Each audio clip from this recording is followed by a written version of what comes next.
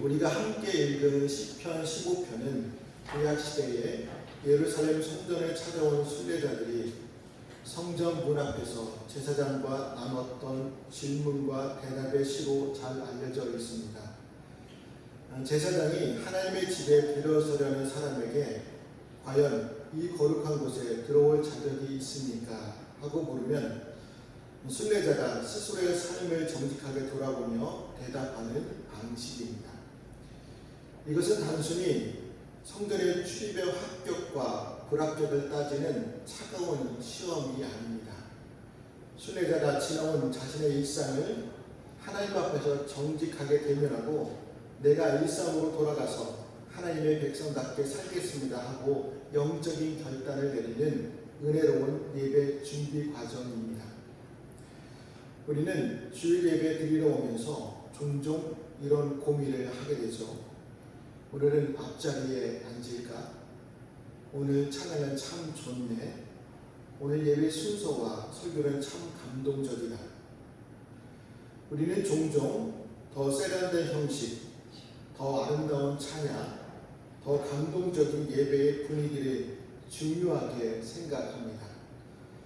그러나 하나님께서는 그 외형적인 모습보다 지금 예배당에 앉아있는 우리 각 사람의 삶을 조용히 주목하고 계십니다. 오늘 본문 1절에서 시인은 이렇게 묻습니다. 여호와여 주의 장막에 머무를 자 누구오며 주의 성산에 사는 자 누구오니이까.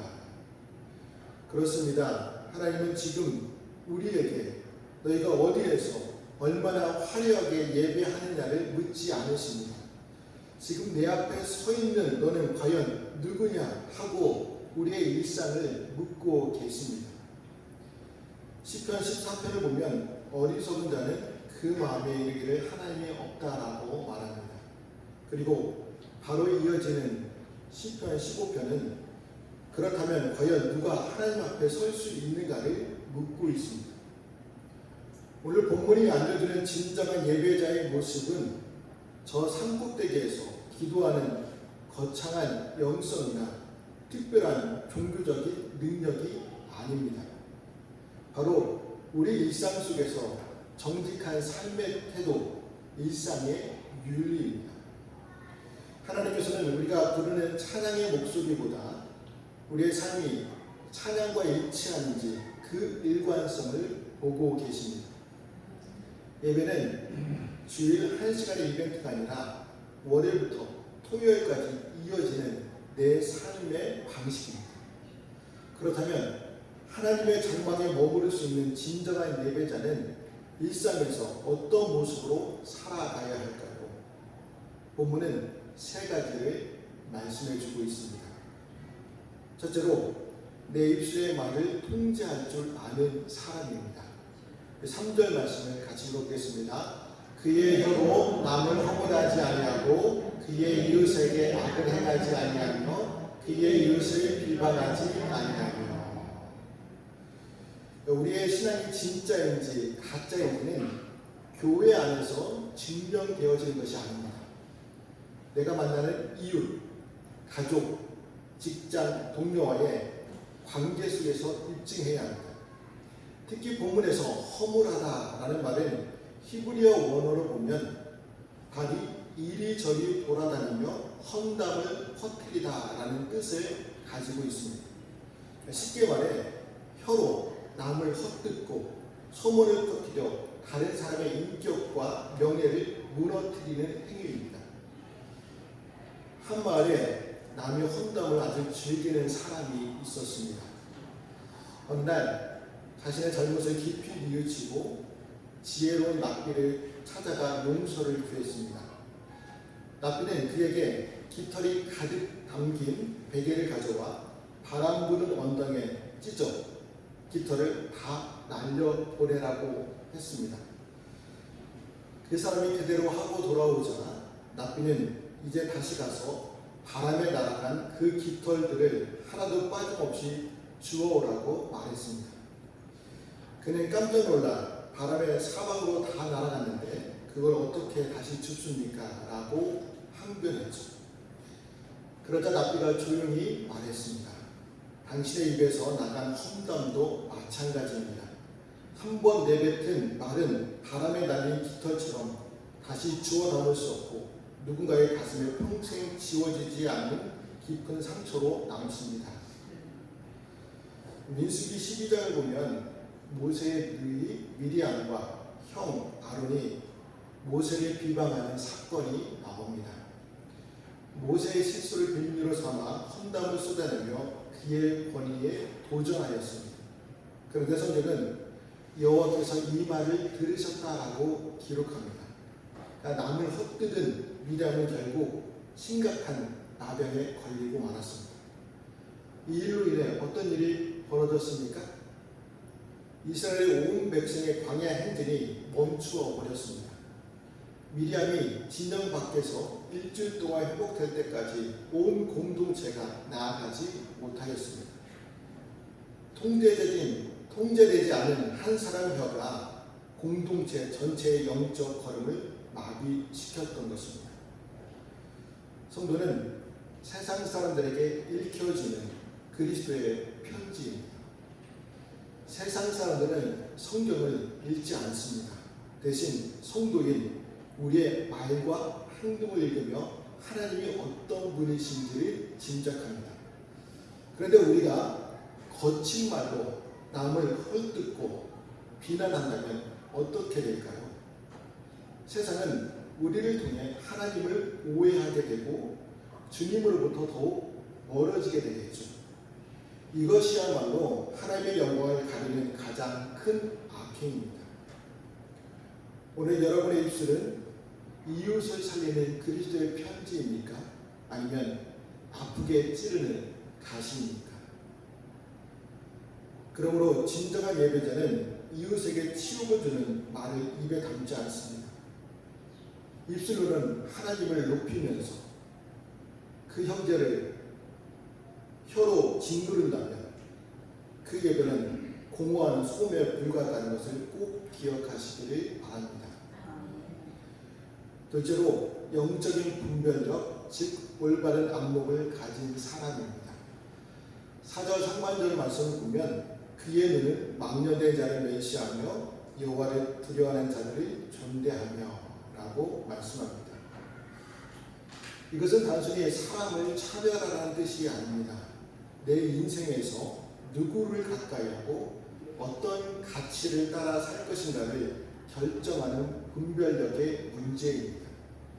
여기서 망령된 자는 하나님을 두려워하지 않고 하나님의 말씀과 도덕적인 양심을 가볍게 무시하며 사는 사람들을 말합니다. 시인은 이런 사람들을 멸시하라고까지 말합니다.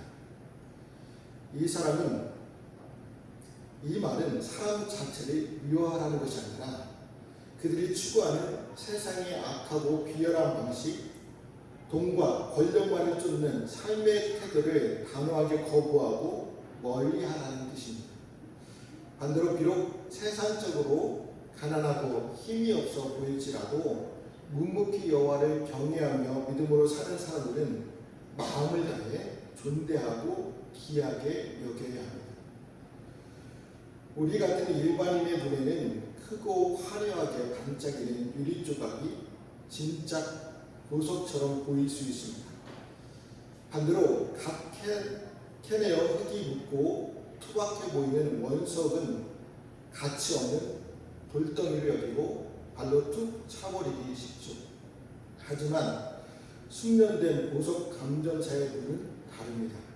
감전사는 겉으로 드러난 화려함에 속지 않습니다. 확대경을 통해 그 안에 담긴 진짜 빛과 본질을 깨뜨려 봅니다. 참된 예배자는 바로 이 시대의 영적 보석 감정사와 같습니다. 세상의 돈과 권력이 만들어낸 화려한 가짜 빛에 속지 않고 그 안에 깃든 진짜 보석을 볼 줄 아는 눈이 있어야 합니다. 히브리서 11장에 나오는 모세의 삶이 바로 이러한 영적 분별력을 잘 보여줍니다. 모세는 당시 당대 최고의 강대국이었던 애굽의 왕자였습니다. 세상 모든 사람들이 부러워하는 권력과 그 무과를 손에 쥐고 있었습니다. 세상의 눈으로 보면 애굽의 왕궁이야말로 가장 존대받아야 할 최고의 자리였습니다. 그러나 영적인 눈이 열렸던 모세는 어떻게 했습니까? 애굽의 모든 부하보다 하나님의 백성과 함께 고난받는 것을 더 큰 재물로 여겼습니다. 모세는 하나님이 없는 화려한 왕국의 권력을 거부하고 비록 비천한 노예의 신분일지라도 여호와를 두려워하는 하나님의 백성을 존대하는 영적 안목을 가졌던 것입니다. 내 눈은 지금 세상의 화려한 유리 조각을 쫓고 있습니까? 아니면 묵묵한 믿음의 원서를 귀하게 여기고 있습니까? 여러분, 진정한 예배자는 세상의 권력이나 돈이 아니라 오직 하나님을 향한 경외심을 가진 기준으로 사람과 세상을 바라보는 흔들림 없는 안목을 가진 사람임을 잊지 마시기를 바랍니다. 셋째로, 마음의 신이 즉 약속과 정직함이 있는 사람입니다. 4절 하반절과 5절 말씀을 보면 그의 마음에 서원한 것은 해로울지라도 변하지 아니하며 이자를 받으려고 돈을 꾸어주지 아니하며 뇌물을 받고 무죄한 자를 해하지 아니하는 자이니 말씀합니다. 이것은 삶의 아주 실질적인 부분, 바로 약속과 돈의 문제를 다루고 있습니다.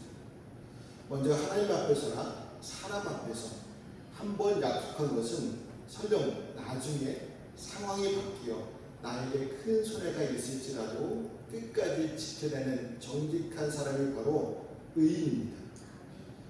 내 이익에 따라 말을 바꾸지 않는 사람이죠. 또한 이자를 받으려고 돈을 꾸어주지 말라고 하십니다. 구약시대에 돈이나 곡식을 빌린다는 것은 사치품을 사기 위해서가 아니라 정말 당장 먹을 것이 없어 굶어 죽기 직전에 가난한 이웃들이 살아남기 위해 내미는 손길이었습니다. 그런데 그 가난한 이웃의 절박함을 이용해 높은 이자를 뜯어내려고 결국 빚 때문에 그를 노예로 삼는 악한 고리대금업자들이 있었습니다. 하나님은 이런 악한 이익을 취하는 자는 결코 주의 장막에 들어올 수 없다라고 엄격하게 경고하십니다. 하나님의 주신 물질은 내 탐욕을 채우는 도구가 아니라 연약한 이웃을 살리고 돕는 통로가 되어야 합니다. 뇌물의 문제도 마찬가지죠. 출애굽기 23장 8절에서는 너는 뇌물을 받지 말라. 뇌물은 밝은 자의 눈을 어둡게 하고 의로운 자의 말을 굳게 하느니라고 경고하십니다. 이스라엘의 위대한 영적 지도자였던 사무엘의 아들들을 기억하십니까? 그들은 아버지의 뒤를 이어 사사가 되었지만 돈을 사랑하여 뇌물을 받고 재판을 엉망으로 붙게 만들었습니다. 결국 백성들의 지탄을 받으며 사사의 자격도 잃고 흘려냈던 아버지 사매의 이름에 먹칠을 하고 말았습니다. 뇌물과 부당한 이익은 우리를 은밀하게 돈의 노예로 만듭니다. 불륜수독에 맛에 빠지면 정직하게 땀 흘려 일하는 것을 어리석게 여기게 되고 영적인 길에 전혀 관심이 없는 육적인 사람이 되고 맙니다. 우리가 직장에서 어떻게 돈을 벌고 어떻게 쓰고 있습니까? 얽히고 설킨 이익의 문제 앞에서 손해를 보더라도 하나님의 정의와 사랑을 선택하고 계십니까?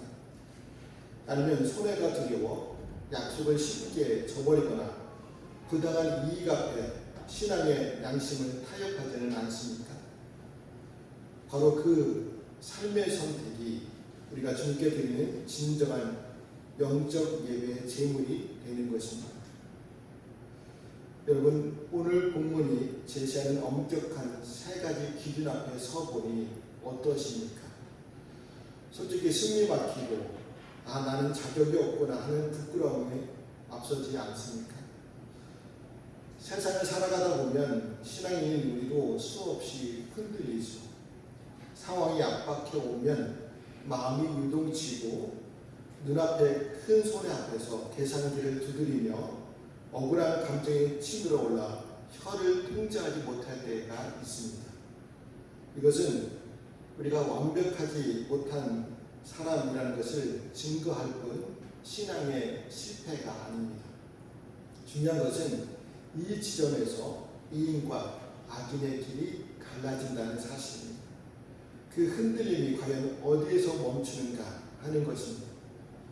세상의 가치관을 따르는 사람은 상황과 이익에 따라 중심까지 다 무너져 내리고 세상과 똑같이 동화되어 버립니다. 하지만 하나님의 장막에 거하는 믿음의 사람은 다릅니다. 거센 비바람이 불어 가지가 심하게 흔들릴지라도 그 흔들림이 뿌리에서 멈춥니다. 내 삶의 절대적인 기준이신 살아계신 하나님이 내 영혼 깊은 곳에 굳건히 자리 잡고 계시기 때문입니다. 참된 의미는 흔들림이 전혀 없는 완벽한 사람이 아니라 그 어떤 흔들림 속에서도 내 삶의 방향을 하나님께로 향해 고정하는 사람입니다. 오늘 내 연약함을 솔직히 인정하며 주의 장막 앞에 섰던 시인의 고백을 다시 한번 묵상해 봅시다. 여호와여, 누가 주의 장막에 머물겠습니까? 이 질문은 내가 쫓겨날까 두려워 벌벌 떨며 하는 소리가 아닙니다. 하나님, 감히 저 같은 흔들리고 연약한 흠투성이의 사람이 어떻게 이 거룩한 하나님의 은혜의 장막에 머물 수 있단 말입니까? 라고 외치는 감격과 눈물의 고백입니다.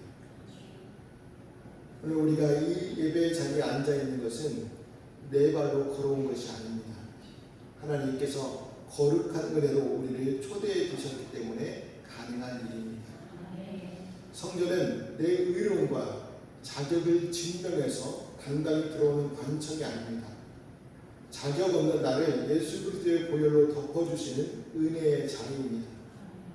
이 은혜에 대한 감격이 회복될 때 우리는 습관적인 예배나 요구가 아니라 주님을 향한 뜨거운 사랑의 응답이 될 것입니다. 이 엄격한 말씀 앞에 나를 비추어 볼 때 오늘 여러분에게 하나님의 어떤 도우심이 가장 절실하십니까? 하나님은 우리가 완벽해서 우리를 부르신 것이 아닙니다. 비록 연약하지만 여전히 주님을 닮고 싶어하는 몸부림치는 그 중심을 보시고 우리를 품어주십니다. 우리의 신앙생활은 내 자격을 증명하려는 피곤한 노동이 아닙니다. 나를 거룩한 예배자로 불러주신 그 큰 은혜에 감사하며 그 은혜에 합당한 삶을 살아가려는 거룩한 몸부림입니다. 오늘 이 예배를 마치고 여러분이 문을 나서는 순간 여러분의 진짜 예배가 시작됩니다. 내일부터 여러분이 머무는 직장과 가정, 그 치열한 삶의 현장이 바로 살아계신 하나님을 예배하는 거룩한 지성소가 되기를 축복합니다. 우리의 입술로 덕과 사랑을 말하며 우리의 눈으로 세상의 화려함보다 믿음의 가치를 분별하고 우리의 손으로 손해를 감수하더라도 정직과 정의를 행할 수 있기를 바랍니다. 그리하여 우리의 예배가 교회 안에서의 종교적 행위로 끝나지 않고 일상을 변화시키는 빛된 존재 그 자체가 되기를 주님의 이름으로 간절히 축원합니다. 기도하시겠습니다.